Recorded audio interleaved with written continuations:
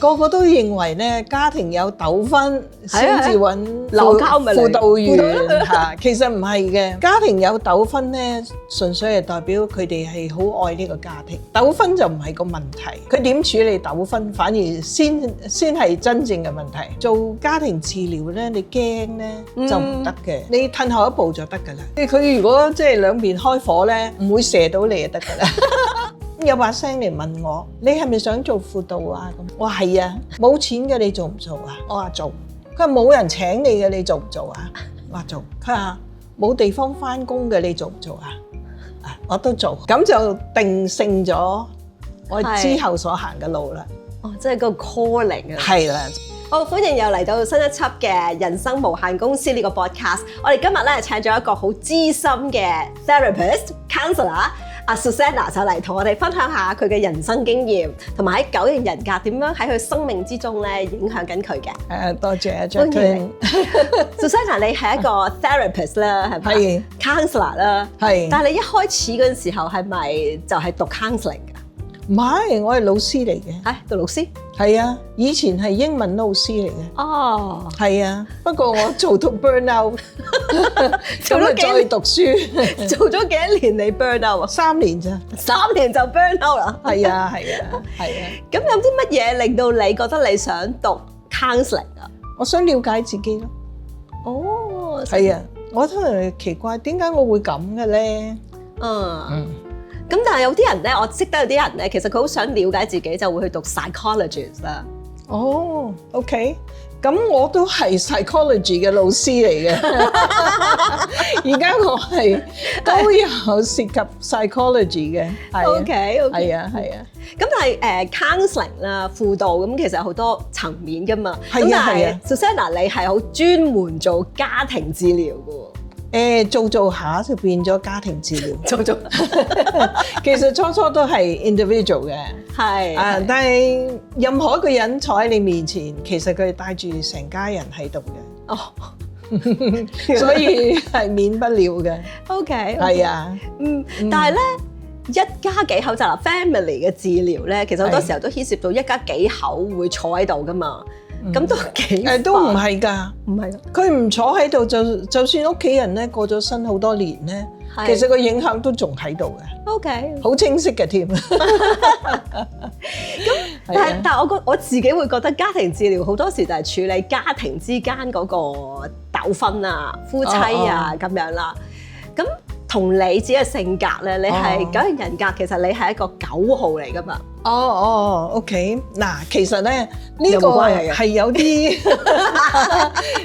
有啲誤導嘅，係個個都認為咧家庭有糾紛先至揾係咯鬧交咪嚟輔導員嚇，其實唔係嘅。家庭有糾紛咧，純粹係代表佢哋係好愛呢個家庭。糾紛就唔係個問題。OK，佢點處理糾紛，反而先係真正嘅問題。有啲人咧就匿埋嘅，係匿埋嗰啲係冇得救嘅。佢肯衝出嚟係咪啊？佢唔介意死好多細胞，嗰啲先有得救嘅。OK，係啊。咁係9號咧，但係你無論係就算係咪處理 conflict 啦，咁嗰個人嚟到啦，即係或者輔導嘅時候咧，都好多好 negative 嘅情緒噶嘛，有陣時候佢先係覺得先至會嚟到輔導。但係9號咧，我哋成日都講咧，9號係一個熱愛和平嘅一個 type 嚟噶嘛，好中意，好舒服啦，希望咧哇世界人人都美好啦。咁同埋佢哋有個能耐嘅，就係咧成日都聽到，尤其是特別係咧幾個人有唔同意見嘅時候咧，我有個9號朋友都係講嘅，我話其實佢好快咧就睇到個 common ground 嘅喎。咁我話你點樣聽到佢有 common ground？唔知啊，總之就聽到一個圈一個圈，跟住就搭埋一齊啦咁樣嘅。OK。咁但係嗱，呢個就係9號，可能就係做counselling 嘅時候，或者處理糾紛嘅時候咧，佢可能會有啦。咁但係另一方面就係9號好想自己好舒服噶嘛，都好怕聽到係嘅。我自己一個人嘅時候係嘅，或者喺屋企係嘅。但係如果你做家庭治療咧，你驚咧就唔得嘅。係咯，不過好簡單，你褪後一步就得㗎啦。褪後一步？佢如果即係兩邊開火咧，唔會射到你就得㗎啦。佢可以開火嘅，唔緊要嘅。咁但係其實我哋講嗱九型人格咧，好多時候都講高 level 同埋低 level 嘛。咁你應該係好高 level 嘅性格嚟㗎，因為咧有時候9號咧低 level 嘅時候咧，其實係人哋鬧緊交都唔關佢事咧，佢自己都會覺得啊好驚恐啊咁樣㗎。係啊，咁呢個咧就真係即係或者年少啦，我哋啲係老咗啲皮韌咗，咁所以咧係燒唔到嘅，焫唔着嘅。哦，咁但係你自己點樣調教啊？即係總有一刻係喂佢哋鬧緊交嘅時候，就算你回憶翻你年紀輕嘅時候啦，冇咁韌皮嘅時候咧，你見到即係9號好自然就會好怯㗎，就會退縮。會，我記得有一次咧，真係一對夫婦咧嗌交啦嚇，個丈夫咧就用啲粗口鬧個太太，咁我都覺得哎呀真係太過分啦。係咯，咁我叫警察。你叫你話叫警察好耐之前啊，係因為我睇到佢好 abusive 啊，虐待太太。咁但係你自己點樣克服你嗰種恐懼咧？因為佢唔係對我啊嘛，我要時時提醒自己噶嘛，佢對佢啫嘛，係佢噴火係向嗰邊噴，唔係向我呢邊噴，所以自己唔好搞錯咯。咁呢個self differentiation 咧係好重要嘅。OK， 即係做輔導呢個係我哋嘅必修科嚟嘅。哦，點樣分開？係啦，同埋你要想像自己有個金鐘罩咧，罩住你嘅，係嗰啲係唔會燒到入嚟嘅。係。我諗都係嘅，低咧9號嘅時候，或者任何一個 type 咧，低咧嘅時候咧，佢有時候睇唔到個 reality 啊，將自己一啲嘢有啲 projection 咁樣，咁所以佢見到9號就好驚唔和平，咁所以見到出邊咧佢好多 conflict 嘅時候咧，佢會 project 咗，喂，其實係咪會影響到我咧？就好似就咁，你頭先嘅 suggestion 就係咧。keep 住自己要有，其實唔係我嚟嘅，要有少少距離嚇。佢鬧唔係鬧我，係而且咧，我一定要明白，佢鬧咧其實係好事。哦，鬧唔係壞事嚟㗎。肯死咁多細胞去鬧人，其實好攰嘅。係，咁佢肉緊先鬧啫嘛，係咪啊？咁你要即係加埋呢啲部分落去咯，嚇咁你。人老精鬼老靚啊嘛，一個好好嘅 suggestion 俾9號嘅。係啊，唔好咁容易上身咯。因為9號咧，我諗係好容易會即係過分啊，係參與啊，認為佢會拯救世界。但係其實係拯救唔到嘅，咁所以你要明智啲咧，係要留翻條老命，你先有機會。係啊，我諗佢又唔係諗住拯救世界嘅，佢希望佢自己能夠維持和平。係啦，你唔係維和部隊啊嘛，係嚇，你要搞清楚啊。係啊，咁同埋咧，我哋講9號咧，佢健康嘅時候咧，其實就會去咗3號。我哋講，即係佢都好明白咧，就係我點樣要維持和平，或者我點樣 maintain 個 harmony 咧，其實係自己要有咗3號嗰種行動力啦。咁我哋見到阿 Susanna 你咧，其實咧。即係咧，唔覺得你呢個年紀啦，又唔覺得你係9號啦，因為我都聽過咧，你啲同事講咧，唉，佢哋叫你做黃太嘅，黃太好似火車頭咁嘅，嗶嗶嗶嗶嗶係咁衝嘅。咁你又喺宏恩書度教書啦，又有一個情深基金啦，做輔導啦，你又去監獄嗰度幫人哋做 therapist 啦。哦，係啊，有家庭啦，等等，咁你何來咁多精力咧？唔係因為朋友多咁解嘅，朋友多咁佢會邀請你，即係譬如今日拍緊呢個，我都冇預計嘅，不過係有趣嘅，係咁我只係覺得啊，我嘅生命咧好多元化。係咁學你話頭，到咁嘅年紀，照計我哋就唔會衝咧嚇。係咯，係啊，我唔係衝嘅，係我啲朋友衝嘅啫。咁佢哋帶住我衝咯，咁你就即係好似阿 Jacqueline 帶住我衝一樣啦。其實唔係㗎，佢踢我衝㗎。OK，但係其實我又想問下咧，有啲乜嘢能夠雖然就話朋友啦，係嘛？咁但係背後有一種推動力，點樣可以激發你嗰種咧去3號呢一種咁嘅行動力咧？嗱，呢個咧真係要講下。我嘅經歷咧都有啲特別嘅。咁我有啲特別嘅場景啦，我諗有陣時講起上嚟咧好難明嘅。不過咧，我試過發夢，夢到突然之間有一個好大嘅空難啊！個飛機一撞咗個山頭嗰度，咁我突然間嗰個諗法咧就係死啦，邊個去救佢哋咧咁？咁就有呢啲感動啦。係。咁或者咧，我又試過夢到沉船喎。點算咧？嗰個船一沉咧，好多人死喎。咁有邊個去幫手咧？就算你救咗佢上嚟，仲有好多跟手嘅工作㗎嘛。好似最近大埔嘅大火啦，咁我都伏住喺度，隨時候命嘅。咁就係呢啲咯嚇，令到我係有呢一個使命感啦。咁我啲女都話我嘅，媽咪你唔好啦，你去飲下下午茶，去行下街。係。所以即係如果9號嘅動力係嚟自佢嗰個使命感，同埋睇到即係我諗有啲需要，有個意義喺度啦。係啊，係啊，係嘛？咁呢個咪令到我都唔好放棄，因為香港咧始終即係有好多輔導嘅工作咧。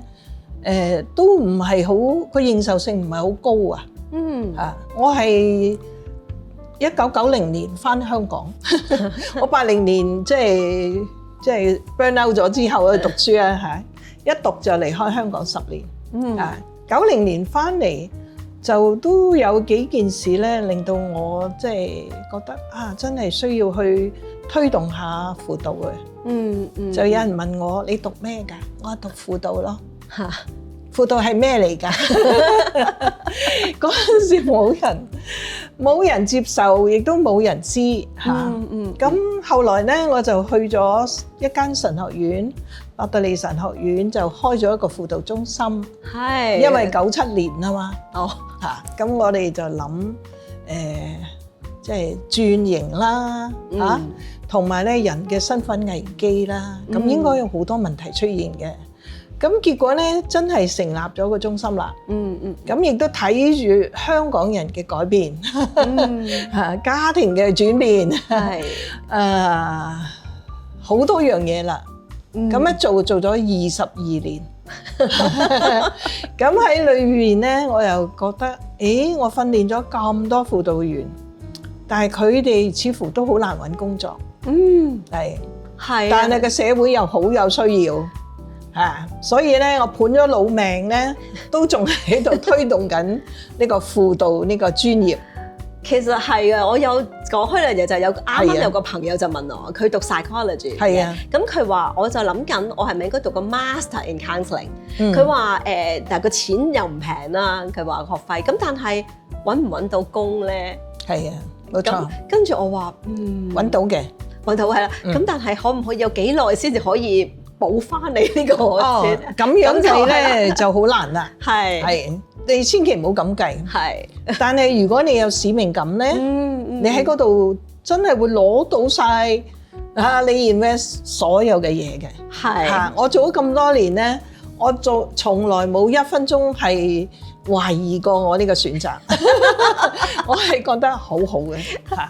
嗱，所以咧，大家有時候有啲抉擇啦，即係好多時候喺 career 上邊，好多人都會問咧，究竟我係隨心啊，抑或我想點樣咧？咁其實冇一個 right or wrong answer 嘅，即係你覺得，如果你覺得揾錢重要嘅，你咪揾錢咯；如果你覺得使命感重要嘅，咪使命感咯。咁但係你要有個心理準備，如果你行輔導呢條路咧，就唔好諗住發大達咯。嗱，我再講多一件事啦。係。咁嗰陣時咧，我係讀完咗應該2個 master 嘅喺美國。咁啊坐喺架爛車嗰度啦嚇，因為嗰陣時都未有工作。咁有把聲嚟問我：你係咪想做輔導啊？咁嗰把聲唔知邊度嚟嘅，好細聲嘅啫。我話係啊，就係坐喺架。其實我係洗緊衫啊，喺嗰啲 laundry mat 度洗緊衫啊。咁呢把聲咧問完第一個，就再問一個，冇錢嘅你做唔做啊？我話做，就係咁簡單咯。佢再問喎，佢話冇人請你嘅，你做唔做啊？我話做。第三個再問啊，佢話冇地方返工嘅，你做唔做啊？我都做。咁就定性咗我之後所行嘅路啦。即係個 calling 啊。係啦，就個 calling 啊，冇錯係啊。咁就到而家都係咁清晰嘅。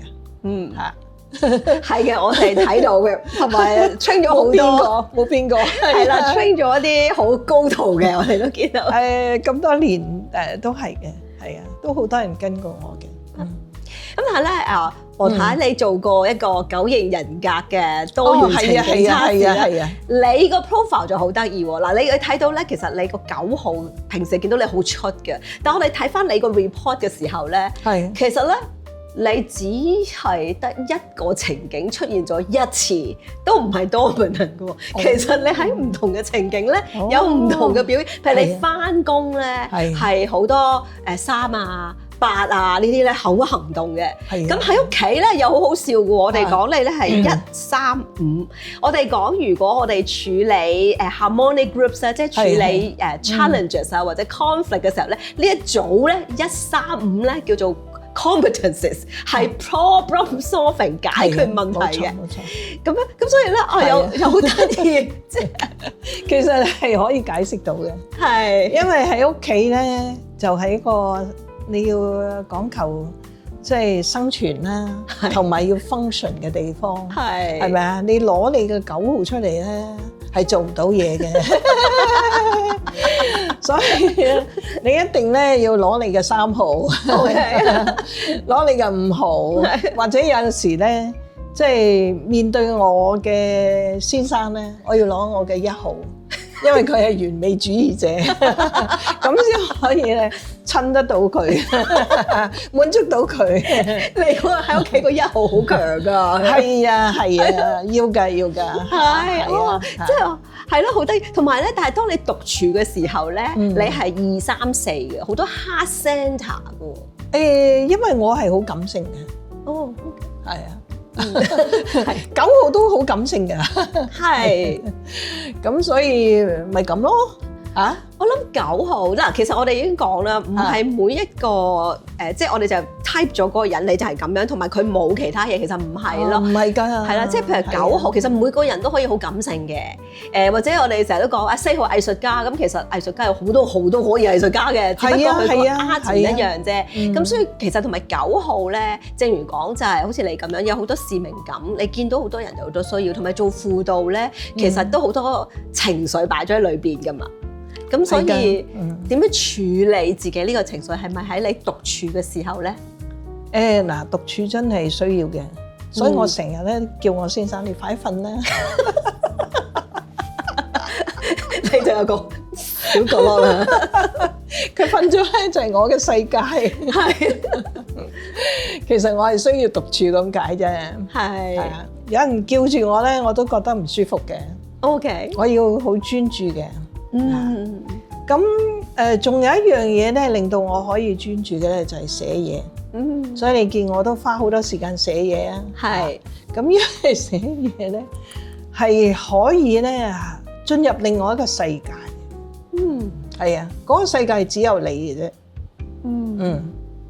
係啊，我好細個就發現咗呢樣嘢嘅，睇書同埋寫嘢。就係只有你嘅世界，呢個係好特別嘅。咁你好好嘅。如果唔係咧，我哋講低呢係9號咧，佢都可以隨時進入自己個世界。咁就係咧，就算肉體存在，靈魂就出所竅啦。咁樣都得嘅，我都得嘅。但係咁樣唔得㗎，即係你獨處就 OK，即係佢喺人群當中都係咁咧。咁因為輔導嘅 training 咧，要你 fully present 啊嘛。係啊，係咯。所以呢個 contradict 嘅。係啊，我唔可以咁做。係啊，但係當我自己一個人嘅時候，我真係可以嘅。係，同人一齊咧，我就要 fully present。係，咁所以我覺得就係我好中意九型人格，其實就係講緊唔係淨係講緊你係嗰個 type 咯，唔係㗎，而係你係好流動嘅，喺咩時間裏邊你做緊啲唔同嘅嘢，或者用唔同嘅方式去 show up。我哋講咁，但係你個底就係其實我都中意獨處嘅，我中意喺自己嘅空間嘅。咁只不過我就係選擇一個環境，一個合適嘅環境去做緊呢樣嘢，即係我係一個選擇咯。嗱，我再講一個我細個嘅情景俾你聽咧，你就明白我點樣係呢個9號仔嘅嚇。我細個咧就住喺海灘嘅，一個人喎，因為我爸爸出咗去做嘢，咁我細佬又去咗玩，咁剩翻我一個人，咁我就同啲石頭傾偈啦，同個海傾偈啦。呢個係咪9號啊？對住個大海，對住個天嚇，對住啲大自然嘅嘢，我最中意咧就睇到啲浪咧拍落嗰啲石頭嗰度，係啊，咁呢個咧就係塑造咗我呢個9號嘅性格，係啊，自己好能夠獨處，喺咩環境都好自在，係啦，冇錯啊。嗱，呢個到我長大咗咧，去到美國讀書嘅時候咧，有一日喺個海邊喎。我先突然間記得，咦？呢個咁熟嘅，我細個咪成日係咁嘅咯。係啊，係啊，所以我最好嘅朋友係石頭嚟嘅。係啊，係啊，係啊。哦，黃太，你嚟到嘅時候我就唔放過你啦，咁就要俾一啲 advice 我哋啦。咁我最近都見到我自己啲客人又好啦，或者朋友都好啦，即係個經濟環境又好啦，或者係講 AI 搶咗份工又好啦，好多焦慮啦，人際關係好緊張啦，嗰時候有好多 stress 啊、depression 啊、panic attack 咁樣。哦，係。咁咧，你可唔可以俾一啲 advice 我哋咧？點樣可以同即係第一就係 alert 到自己，喂，我出現有問題啦，同埋點樣做急救啦？嗱，黃太唔好講啲人人都講嗰啲咧，阿媽係女人嗰啲 technique 咧，其實通街都有嘅。你係好 somatic 噶嘛？你個 approach 即係好身體嘅，因為你寫過本書叫做《身體會説話》。係啊，咁可唔可以由呢個方面俾一啲 advice 我哋，等我哋咧可以咧 alert 到自己，同埋咧可以同我哋自己做急救，唔好去到嗰個咁嘅境地。嗱，如果你發覺咧你自己即係思想開始亂啦，或者個人急啦，其實就即係要平時都習慣去同你嘅身體有聯繫啊，係咪？有啲人冇咩聯繫嘅。嚇，食飯就食係嘛？啊，或者睇緊個手機。係啊，睇緊手機，咁啊食完啦。咁佢都唔知自己食咗嘅喎。咁所以咧就要問自己好唔好食啊？咦，我行路呢條路好唔好行啊？瞓覺又要問自己瞓落去有咩感覺啊？所以我都訓練我啲學生啦你瞓覺嘅時候瞓落去咧，一定要同自己感受下，舒唔舒服啊？你個枕頭係咩味嘅？嗰陣咩除嘅？聞下佢。張被咧，你要即係捉緊佢感受下佢掂住我皮膚係點樣嘅？咁呢啲平時嘅 practice 係對我哋有幫助嘅。因為你對佢個身體咧有啲嘅認識啦。咁當你嘅身體似乎唔係幾妥喎，譬如佢跳亂咗或者跳快咗、跳慢咗，或者急躁咗，你即刻就知啦。咁你就要睇自己咯，自己幫自己。因為你講 panic attack 咧，就身邊咧好少嘢係 attack 你嘅，張梳化唔會 attack 你㗎就算嗰邊嗰個 tennis ball 都唔會碌過嚟㗎。或者出邊嗰啲車都唔會駛到入嚟嘅。只不過咧，你迎住係咪啊？你迎住佢行埋嚟，迎住佢衝埋嚟，咁係你自己嘅問題咯。咁你要識得同自己講嘢，等一陣。OK。飲杯茶先，食個包先。或者乜嘢其實都冇問題喎，聽日先處理都得喎。或者過1個鐘頭先處理都得喎。我有陣時都好抵死㗎，有啲人催我咧，我就話得，我1個鐘頭之後答你，或者我今晚答你，即係今日之內，咁我咪11:58嘅時候答你咯。我總之我唔會過時啊，咁咯嚇。咁你要俾自己有啲幽默感啦，俾自己有呢啲空間啦。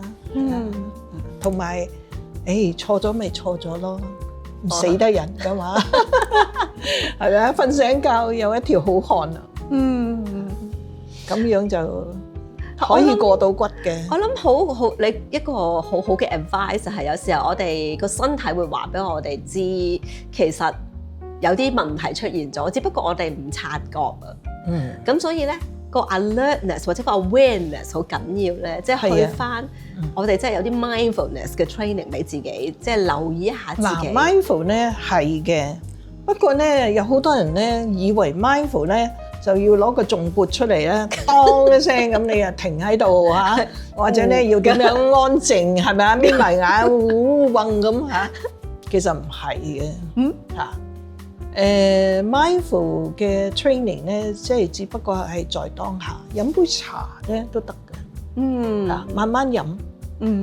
你知道嗰啲水咧係熱啊，因為唔熱啦，係咪啊？飲落去係咩感覺？係咪啊？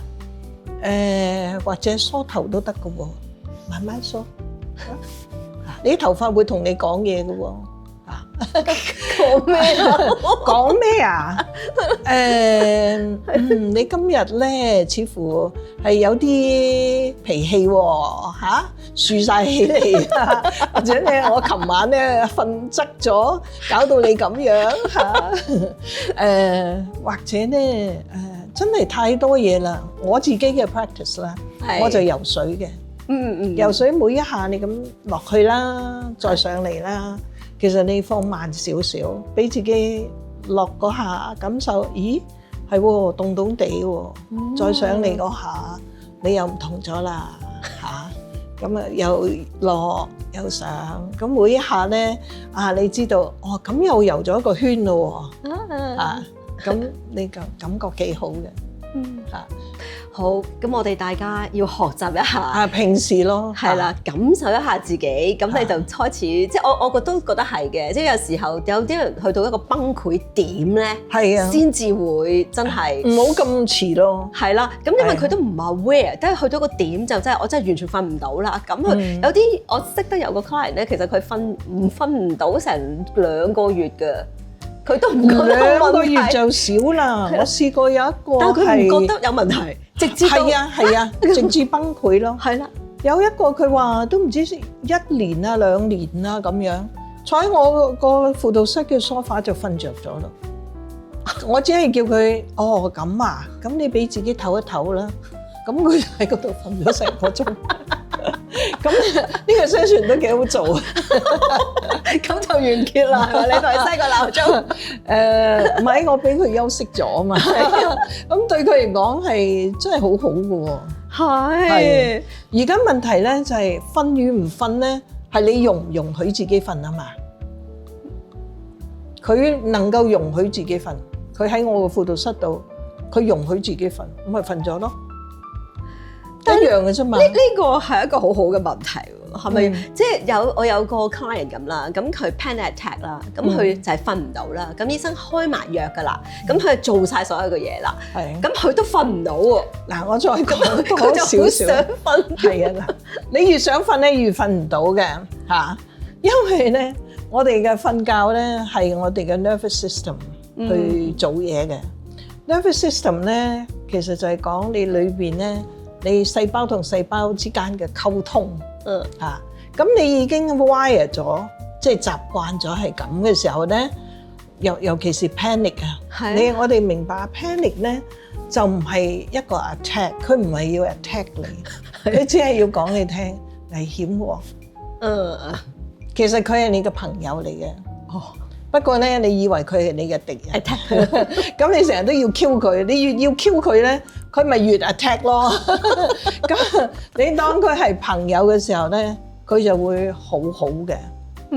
同樣地咧，我哋嘅身體啊，我哋好多人咧都認為自己嘅身體啊係同我作對，隻腳唔聽話，今日又痛啦嚇，你個胃又唔聽話。要肚痛係咪啊？係啊，或者頭痛。我冇呢啲㗎嚇，因為我同個身體係好朋友嘛。冇呢啲？冇啊，係啊，我已經好多年冇試過頭痛嚇，亦都冇胃痛嚇，同埋我叫佢瞓覺，嗱你瞓10分鐘啦嚇，咁佢就好乖咁瞓10分鐘嚇，我唔使校鬧鐘㗎。又會叫就因為咧，我次次同佢講好瞓15分鐘啦，瞓半個鐘啦咁，或者今日咧就任你瞓啦咁，佢就好聽話。哇！因為你同佢做好朋友嘛。哇！呢個真係要用好多時間同佢做好朋友。冇錯，係要啲時間嘅。咁你諗下，你都花好多時間同其他人做朋友。咁其實我又唔係嘅，我又唔係幾中意我分類嘅嘛啲朋友。嗱咁你自己咧應該係你最好嘅朋友嘛。咁又係。係佢咁多年幫你係咪？咁所以我一定咧要對佢最好啦。咁我對佢好，佢又會聽我話，就係咁。咁嗱，最後你俾一啲 advice 我哋點樣對我哋嘅身體好咧？認識佢咯。講琴晚發生嘅事，好啊，好嘛？嗱，我哋有時間係嘛？有，OK。琴晚咧，我就有一個學生，佢話你聽到我嘅 supervisor 投訴我嚇，點解佢唔欣賞我啊？點解我做得咁好，佢都向你投訴啊？咁，扯咗好耐。咁我就突然間 click 一聲明白啦。我話：你最近發生咩事啊？我就唔再同佢理論嗰個佢嘅 supervisor 係咪即係對佢嘅態度，或者去解釋嗰個情況。我唔再解釋，我就將嗰個重點咧擺翻喺佢身上。我話：你最近發生咩事啊？係咪有啲唔開心嘅經歷啊？咁佢就講啦。佢話我做 part time 嘅地方咧，又係咁投訴我，而家呢度又投訴我。咁所以咧，其實所有嘢咧都有前科嘅。當你明白翻咧，我哋嘅前科或者我自己啦嚇，點解我對嗰個人咁大成見啊？或者點解我對嗰件事咁耿耿於懷啊？其實你諗翻個前科咧，你就明白自己。咁你比較容易咧去解呢個結嘅。即係有時有嗰件事發生，我有呢個情緒，我諗一諗，其實我之前有冇呢啲類似嘅情況咧？冇錯啦。做一啲我哋講 parallel 係嘛？即係點解咁樣咧？呢啲係乜嘢咧？係啦，呢啲係咩咧？咁就see through 嗰件事嚇，就唔好淨係睇嗰件事。你解釋嗰件事都冇用嘅，或者你講幾多安慰説話都冇用嘅。但係你幫佢咧去睇通呢件事，睇到背後係咪啊？嗰個結咧，佢就容易啲將自己解出嚟。我覺得現代人咧，所以我真係好多嘢可以再學或者 share 俾大家，但係今日係有限時間。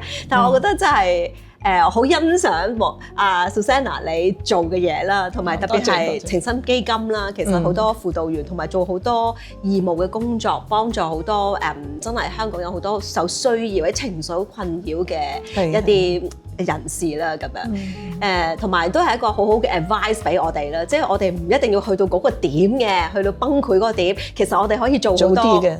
係啦，做啲 awareness 啊，認識下自己啊，對自己好啲啊，令到我真係好希望能夠呢個香港社會有多啲 resilience， 即係唔好咁多好容易崩潰啊，或者見到啲人好脆弱啊咁。嗱，再講多一件事。好，最近咧我就派咗個學生仔咧去馬來西亞去 interview 一班菲律賓人。嗱，呢班菲律賓人咧有啲特別嘅。佢哋咧就由菲律賓咧係游水過去馬來西亞，偷渡可以話係偷渡，可能係幾代㗎啦，即係阿爺阿嫲啊，咁爸爸媽媽，然後細路仔啊咁佢哋去咗馬來西亞咧，希望留喺嗰邊做嘢，亦都喺嗰邊生咗細路仔，咁但係因為咧佢哋嘅身份係冇國籍，冇國籍咧就唔可以去學校讀書，咁唔可以學校讀書咧，你可以想像佢哋做嘅工作就係好低下層，係咪啊？係，甚至咧隨時俾警察捉。我就會幫佢哋做一個 research，就係去訪問呢一班人。咁我學生仔咧就即係夜媽媽去嗰啲海島啊，因為佢哋平時去咗打工啊，夜媽媽去揾佢哋就做呢個 interview， 出嚟嘅結果咧，哇，好有趣！原來咧佢哋係好開心嘅，我真係諗唔到。我呢個世界 WHO 啊，係 World Health Organization 啊，佢嘅一個 questionnaire， 世衛嘅 questionnaire 去問嘅佢哋嘅 well-being 原來開心或者即係個 well-being 幸福感咧，同教育冇關嘅，佢個個都冇受過教育嘅，同埋做嗰啲工都幾難，好難㗎，做嗰啲即係 part time 啊，賣魚啊。送貨啊，好低下層嘅工作嚇。發生咩事咧？係啦，究竟我想問佢有冇揾到即係呢個 research？但係香港咧，你諗下，香港好多人大把教育嘅機會啊，個個都讀書嚇。但係7個人裏邊就有1個係有情緒病。你諗下幾高？咁其實有冇揾到個 trick 啊？未有咁快，不過咧係好有趣嘅 finding。原來咧我哋嘅 well-being 同教育冇關嘅，甚至有陣時教育咧令到我哋唔開心嘅，係咪啊？讀得書多，諗得嘢多嘛。或者考試啊，令到我哋好唔開心。好多人因為考試咧，所以真係好凄涼。係咪啊？係啊，呢個都係一個幾當頭棒喝嘅一樣嘢。同埋嗰個幸福指數其實同個環境係唔太有關係啦，唔太有關係反而同個人嘅質素。越係壓迫咧，可能啲人仲從嗰啲壓迫裏邊咧，你頭先講 resilience 嘛，佢嘅 resilience， 佢嗰個抗逆力咧，就反而會反彈出嚟，好有趣啊！不過呢個我哋有待去再繼續呢個研究，而家開始啫。如果有結果，請通知，一定我哋會開記者招待會，俾好多人知道。上嚟我哋呢一個 channel，得，係啊，已經開始㗎啦，我哋開始做㗎啦。好，同嗰邊嘅機構已經駁晒天地線，我哋會做呢樣嘢。我哋呢度要獨家，獨家，好。今日多謝阿 Susanna， 係啊，多謝你俾呢個機會，講咗好多嘢，同埋即係我都好想分享一下，其實你哋做嘅嘢啦，係咪呢個世界，同埋即係嗰個點樣令到自己 resilient 啲啦。